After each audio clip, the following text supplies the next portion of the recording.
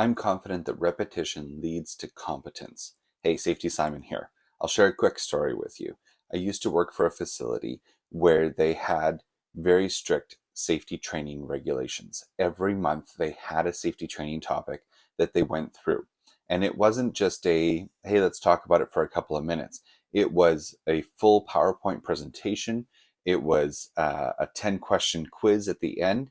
And if you were in a specialized role that had more responsibility, you had more trainings that you needed to do. So you could have up to 2 or 3 safety trainings per month, depending on the role that you were playing.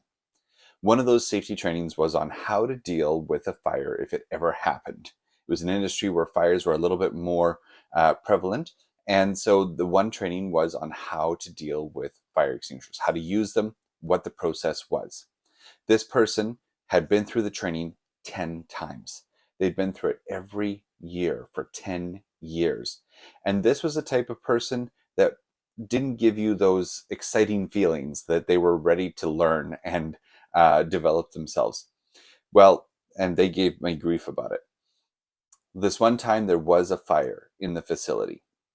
And the first thing that he did was exactly the process that he needed to do.